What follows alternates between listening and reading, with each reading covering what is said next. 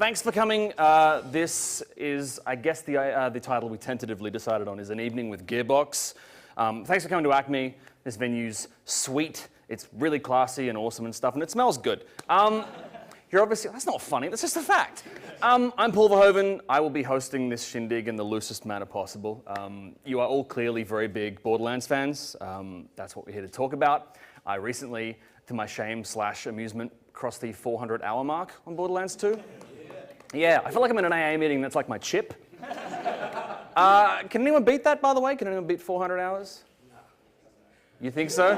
All right, great, welcome. Yeah. I sat down and I tried to figure out why this game was so addictive, and then I tried to figure out what I could have done with 400 hours. And I got this really depressing list. 50 hours to become a qualified pilot. 56 hours to become a qualified taxidermist. It takes 17 hours to climb Everest. At this point, we're barely scratching the surface of, like, we haven't even reached the dam level yet. 3 hours to ride back down from Everest. 48 hours to digest an entire pig. If you're a Burmese python. Are there any Burmese pythons here tonight? Hands up. They don't have hands, it's a trick question. The point is, the game is an amazing mix of addictiveness and compellingness, and it's incredibly funny, and we all love it very, very much. Now, we've got some of the developers here, like the developers of the games, and I am so nervous, because I'm such a gibbering fanboy, that I'm going to pull out this piece of paper and read off it awkwardly, and they're going to run out like it's a wrestling match. So, first up, we have Borderlands 1 art director Brian Martel.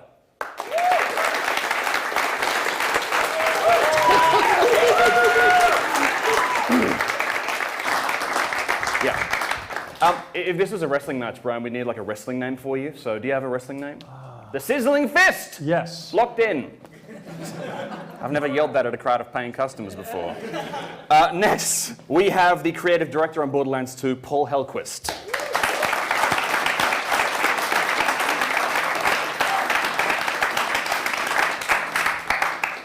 Good, you've taken the, you've taken the comfortable chair. I'm not going to judge you for that.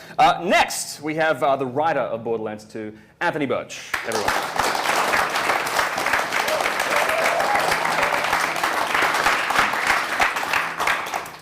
And finally, we have the Chief Executive Officer / President of Gearbox Software, Randy Pitchford!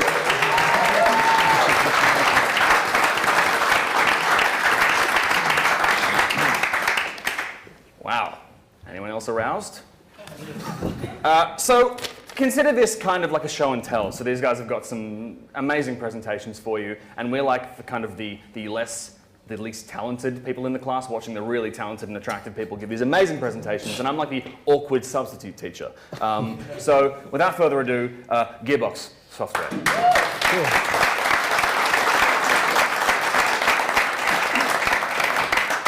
Thanks for coming.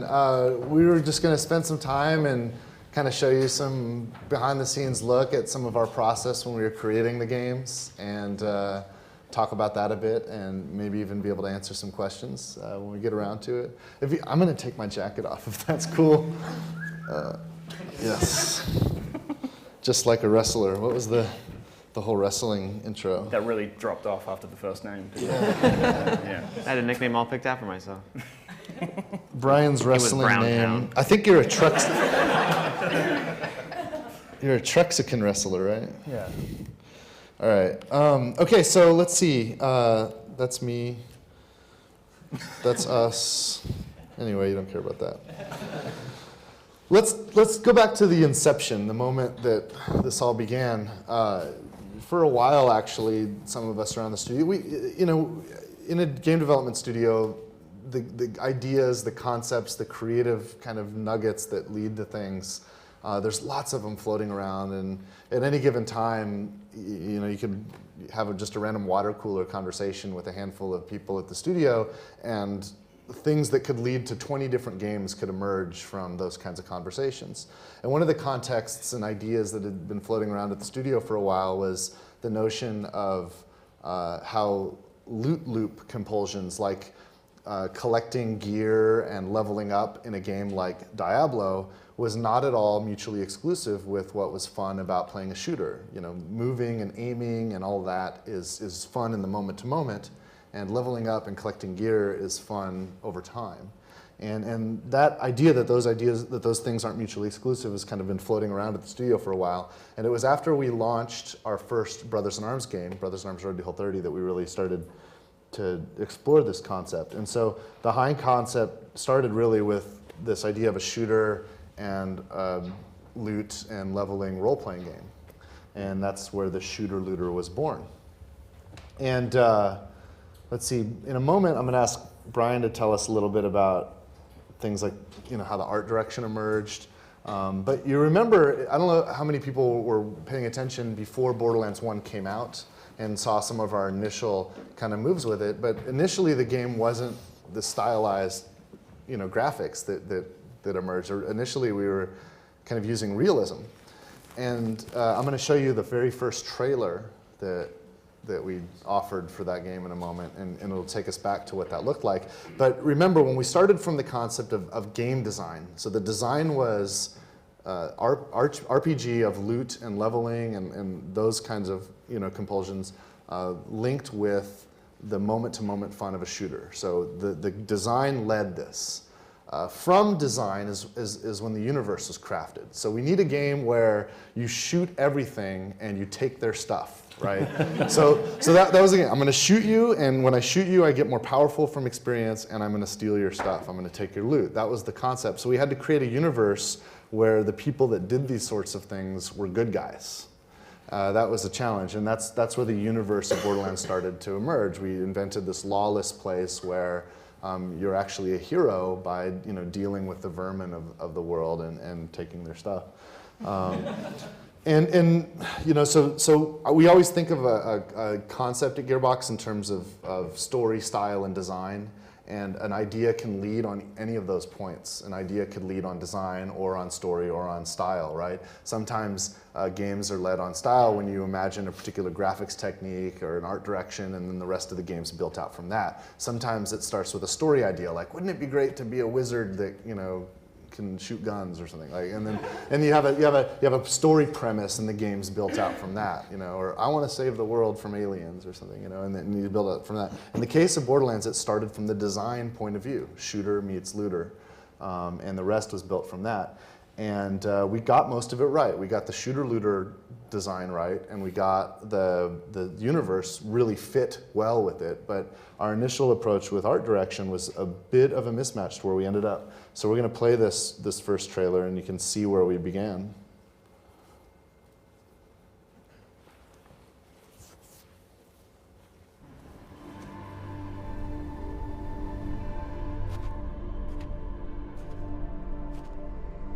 Why have you come here? Only fools and criminals come to this planet. This is a dangerous place. If the bandits don't get you, the wildlife will. You won't last long here. Not without help. Not without guns. A hell of a lot of guns. Why have you come here? You're looking for the vault, aren't you? You won't find it. I'll tell you the same thing I told all those who came before you. It doesn't exist.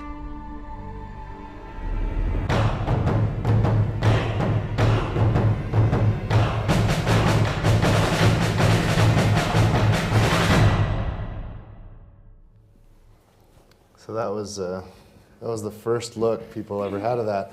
That showed up in, I believe that was 2006. Wasn't it 08? I think it was 08. No, when that trailer showed up. Oh, that trailer. That trailer we showed, I Was think, that at the was at the VGAs VGAs. in 2006, which is December of 2006. No, it wasn't 2006. It might have been 2007. You guys want to wrestle? I mean, this is When did it had to be 2006 because if you look, we went to Leipzig. Because look at the thing I wrote. that's right there. we went to Leipzig in 07, and it You'd was. know better than I do. So that. PowerPoint. Paul's just throwing some I shit. I think no way. I'm trying to place it when I joined the team. So Yeah. right about the same time. Yeah. Yeah, so December, I think it was December of '06, because that was the first look anybody ever had, right? I mean, that's when we announced the existence of this game, and you could see it was, you know, more serious in tone. But you had the story beats there, right? There's a vault, and you know, somebody's after it.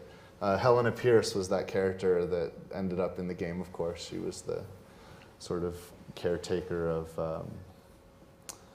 She ended up as the caretaker of New Haven. Yeah. A lot of the characters kind of morphed over time.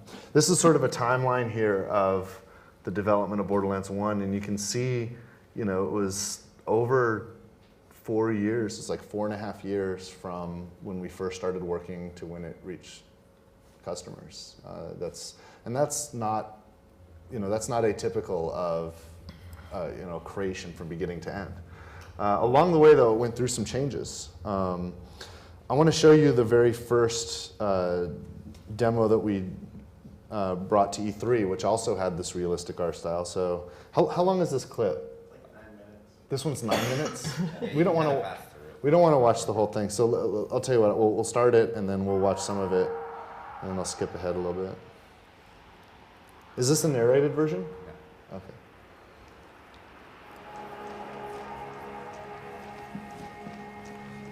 So I myself and some of the other guys brought this to E3. This wasn't the first time we demoed the game. The first time was in Leipzig in the Germans Game Convention.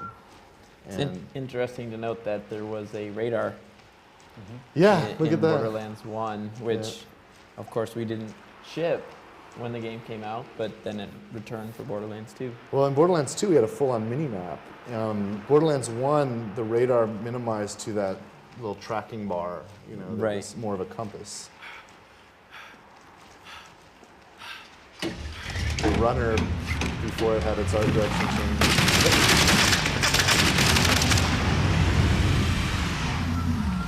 Mordecai is an incredibly beefy guy. Yeah, he's like a burly guy.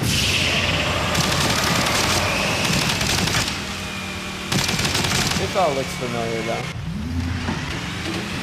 That was a big deal. When people saw us change seats, they freaked out.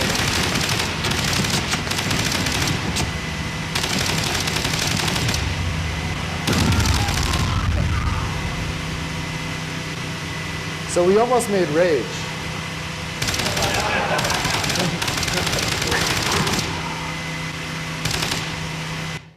Let's see.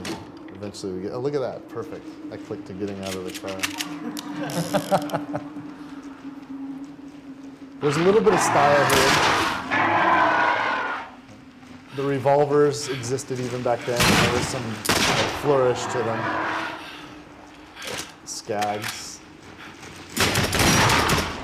The sound effects are even the same in a lot of cases. Yeah. Look at the HUD. There's a lot of fucking heavy breathing. Oh yeah.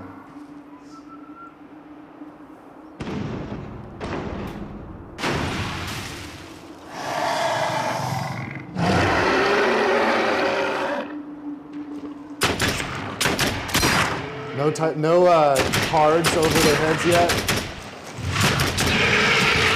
No damage numbers. Yeah. The damage numbers had to come out. You can see the there was a health bar, but They it were was a debug over the feature. HUD. What's that? They were a debug feature. Yeah, they were a debug feature. We used them in our shooting gallery, and I thought that's good feedback. Especially when we started adding elemental effects and burning effects. You know, you needed that feedback. There's a version of this mission in the final game where you blow up the pipeline. This is the mine Yeah, where Sledge lives. yeah. Let me skip ahead a little bit. There's a variation of those, the little gag piles. Oh yeah, here's a chest. Look at the loot chest. So pretty much the same chest. Oh god, that looks like hell. It's been a while. It's wild to look at this. I remember listening to the version of this that had commentary for a group of people just at E3, and I think it was you doing the narration, Randy, and you were like, so yeah, all the guns in this game are procedurally generated, and as you said that, the chest opened, and you just told these people go, oh. Well, I was setting up this moment where we use this room and we just start doing Just gun start vomiting spam. guns everywhere. Yeah. We're cheating right now and just generating weapons, spawning them into the world. This was a big moment when people saw that for the first time and the industry understood that we were procedurally generating FPS guns. By this stage, Jimmy and Steve Jones and a couple other guys, engineers, had worked on the software just to procedurally generate the weapons and the logic which drives that for over 2 years. It was like pretty much their full-time job was working that out. Mordecai found a neat sniper rifle. Let's scoot ahead a little bit. And they're at a raid. I think that was a midget. No, we didn't have midgets yet. Yeah, that was. It was a lot gorier. Look at the Jesus, yeah. Borderlands 1 was pretty gory. gore. It was.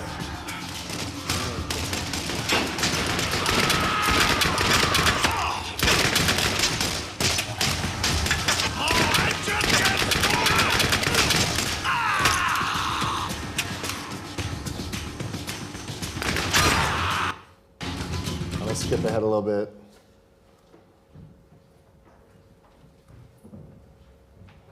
That scope. Did we lose sound? There's no more sound. Yeah, on the demo itself, there's no more sound. Oh, okay. All right. Well, anyway, you get the idea. I'm curious. Did we end this with anything? Oh yeah, there was like this cutscene where Sledge came down, and that was Sledge at this stage. That character adapted and became Crom. This guy here, that's Roland, and there's Mordecai. Yeah, and that was Sledge at this stage, and then he became that shotgun. By the way, was awesome. We were like breaking every rule of cinematography in that shot, like cross the line so many times that you're not supposed to cross. What's it like watching old stuff you've done? Is it like It's painful. really? Is it like reading your old live journal? Is it kind of embarrassing? Oh no, I don't do that. I haven't watched this since we did it, Really? so yeah, that was tough to watch. What were you feeling, Ryan, looking at that? Yeah, that was mushy and special. Yeah. I'm glad we iterated. Yeah. Yeah. But you get better at stuff as you do it, and you learn lessons, and yeah, it's fun to go through the process of creativity, and you can't let the possibility that what you might create isn't perfect hold you back. Yeah. You've got to just get something down and then go from there. Yeah.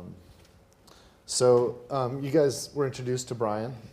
He is one of the owners of Gearbox, one of my partners, and he was the art director on Borderlands 1. He's the chief creative officer of the studio. Almost everything we've done, every creative thing that started, usually has had some nugget of Brian planting that initial seed.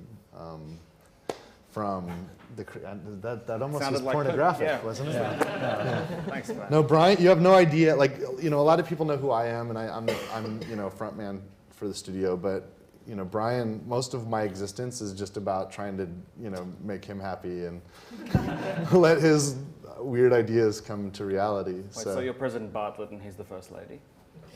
Sure. I'm just going to assume that I works. have no idea what that means. The only TV show Randy has seen is Clone Wars. He doesn't actually know what the West Wing is.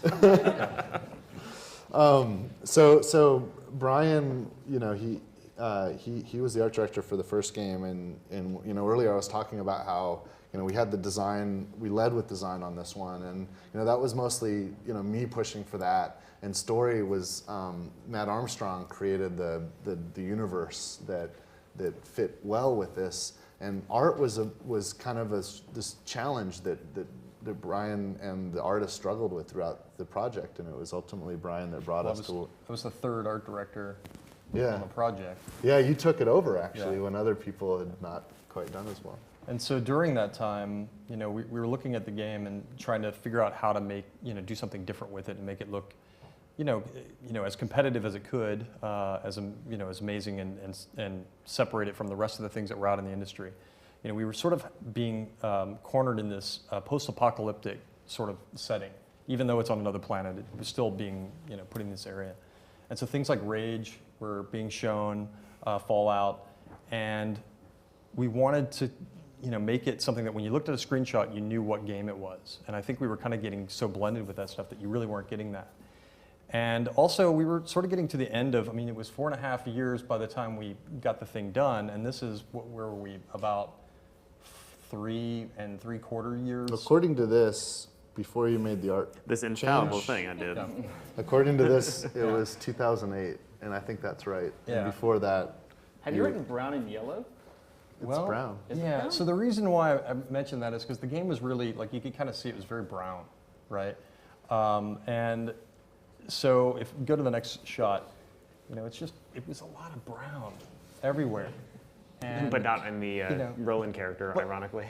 But one of the but one of the things that you could see was that there's a lot of the foundation is here, and so as we were looking at what could we do, we had not a lot of time left, so we couldn't just throw everything away. So we started digging in, well, what style should this thing have? And so as we're playing it, there's all the extreme blood effects and crazy weapons and things that we have, and I started realizing that this game is a lot more over the top than the presentation is looking like, right? So keep going to the next one, Randy.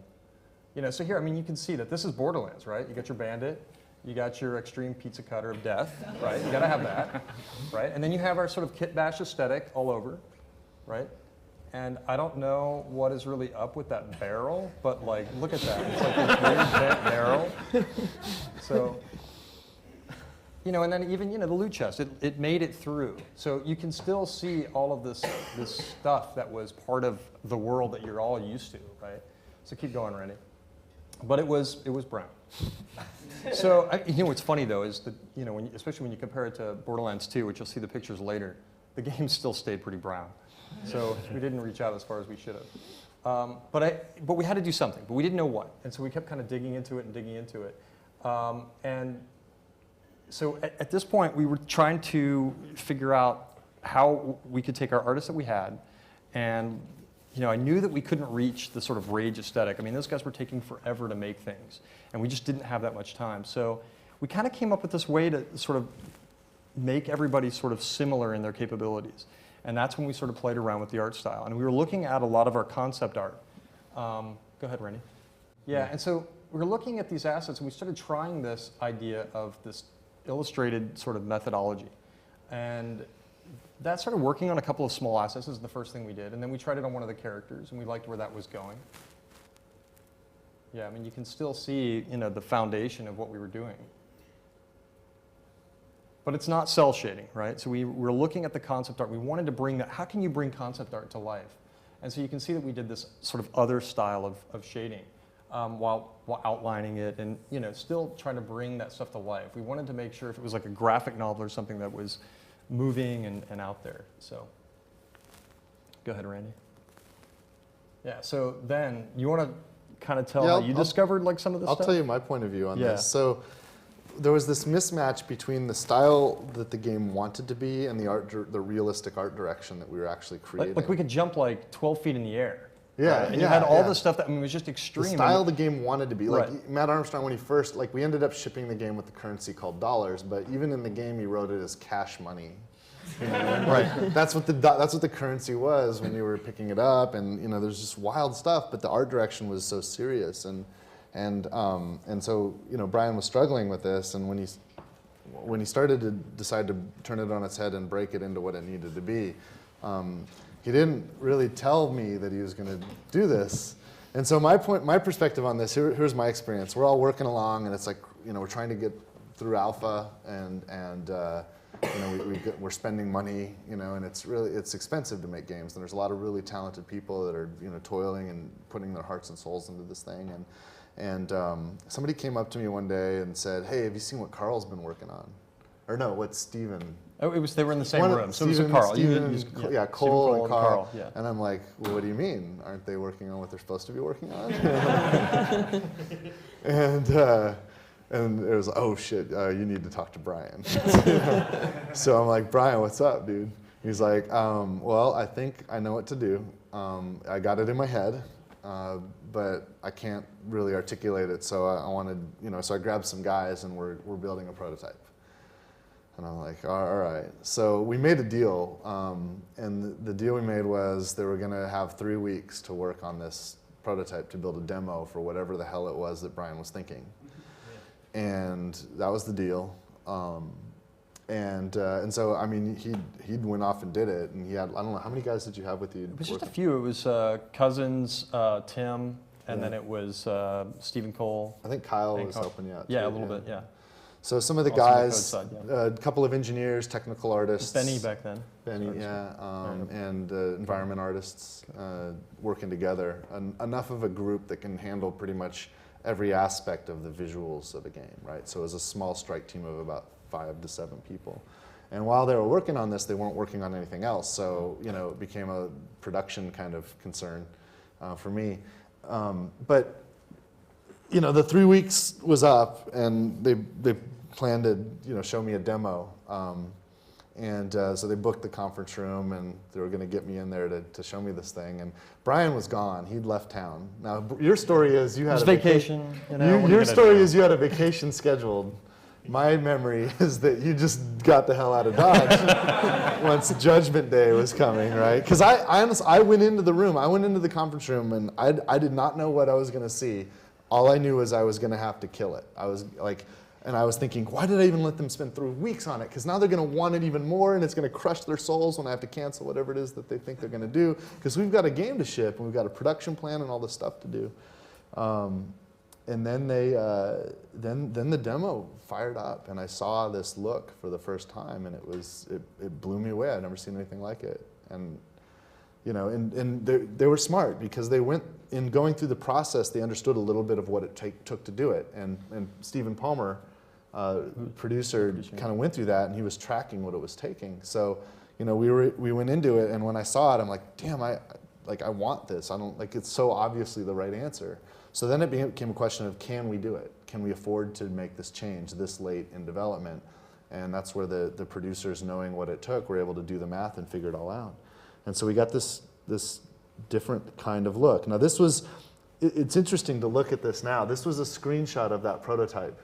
And there are some differences between yellow, not brown. Yeah, there's a little bit more saturation. Like, it was really unsaturated before, and it was really brown, and now we're getting a bit of color. To my eyes back then, this was a radical difference. And you had some outlining on characters. You had some clamping on the shadows on the characters. You had, this was before we got the AO Beefy in. Mordecai. Yeah, this is before we got the AO in, but you could see the hand-painted stuff on the surfaces. And it really kind of added some artistic kind of beauty to this environment, because this is an ugly, horrible environment. It's really an ugly world, but because they hand-painted it, it started to look beautiful, and I really liked it. And so, in fact, what I had the guys do, because once I fell in love with it, and once we realized, and the team started falling in love with it, and we realized we could pull it off because we did our homework on the production math, then it was, hey, we should probably tell our publishing partner at some point. They're doing all this marketing. They've already promised the game. That, trailers have come out with the. So I worked with some of the guys to make this. We put this little video together. Took some shots from the prototype level. Set it to music. When I saw this stuff, there was this song that I used to listen to from this album my dad had that was from the 1940s. It was a band called the Brothers Four, and the song just kind of hit me, and so I had them cut this together with the song, and this is the video that I brought to 2K, and I showed their chief creative guy, and kind of through Inception got him on board first, and then I got some of the marketing people excited about, oh, now we have a story to tell, and then by the time the 2K production people saw it, the whole rest of the company was already on board. So I kind of stealthed my way through it. But this is the video if you want to see it. We haven't really shown this outside of the studio, so.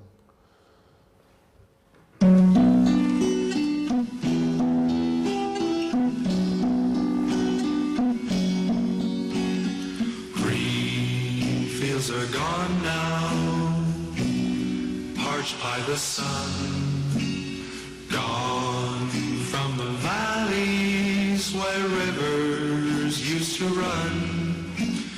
Where are the green fields that we used to roam?